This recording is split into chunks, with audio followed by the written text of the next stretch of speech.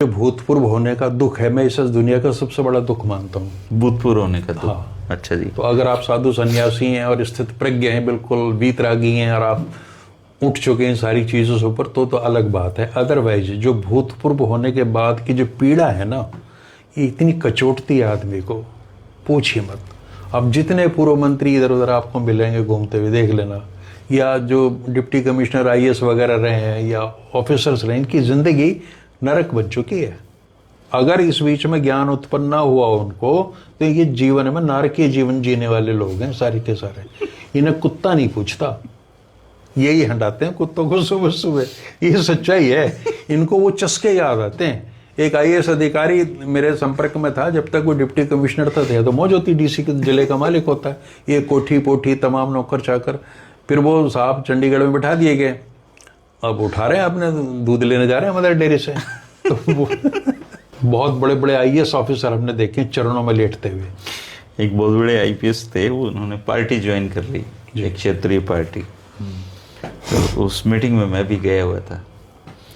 तो 3-4 कुर्सियां लगी हुई थी, उन पे ऑलरेडी सब विराजमान थे। तो वो इतने बड़े कद का आदमी, वो रिटायर होकर पार्टी ज्वाइन की थी ताज़ा ताज़ा, वो आया तो कोई खड़ा ही नहीं हुआ कुर्सी से। वो 2-3 मिनट तो उसने देखा, अब कहे कौन, वो जो नेता था उसने नज़र फेर ली, दूसरे लोगों ने कुर्सी देनी नहीं थी।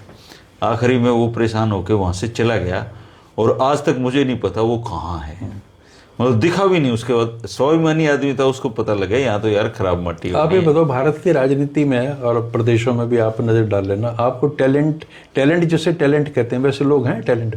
राजनीति का टैलेंट से कोई लेना देना नहीं है, है ना। तो यहाँ तो इसी तरह के लोग आते हैं और ना वो टैलेंट की कदर करते। उनको उनकी आत्मा में बड़ी शांति मिलती है जब वो किसी टैलेंटेड आदमी को देखते हैं कि ये मेरी चमचागिरी कर रहा है ना, और मेरे लिए पानी ला रहा है, मेरे लिए चाय को पूछ रहा है, मेरी चमचागिरी में लगा हुआ, तो उनकी ईगो इन्हीं चीजों से सेटिस्फाई होती है।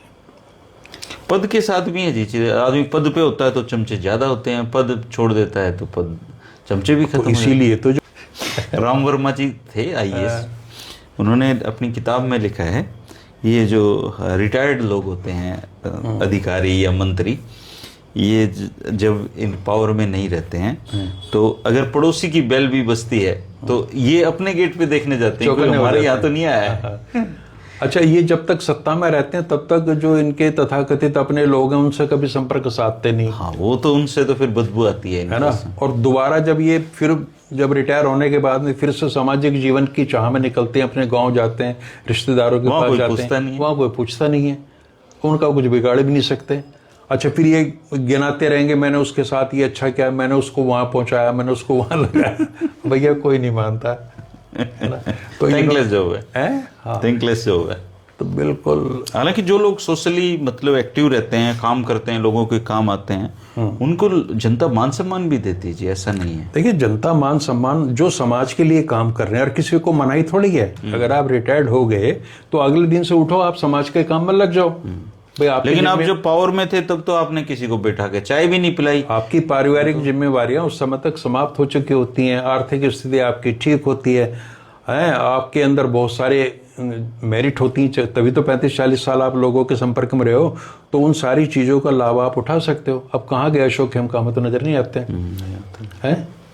और बिल्कुल ही रिटायर्ड होकर एकांत जीवन बिता रहे हैं। हाँ, तो उनको, ऐसे लोगों को, चाहे वो पॉलिटिक्स में भी आके अपने समाज के काम में लगना चाहिए। तो इससे क्या है कि उनके जो थोड़े बहुत अगर जो कुकर्म है, जो अपराध किए हैं, उससे भी थोड़ा प्रायश्चित हो जाएगा।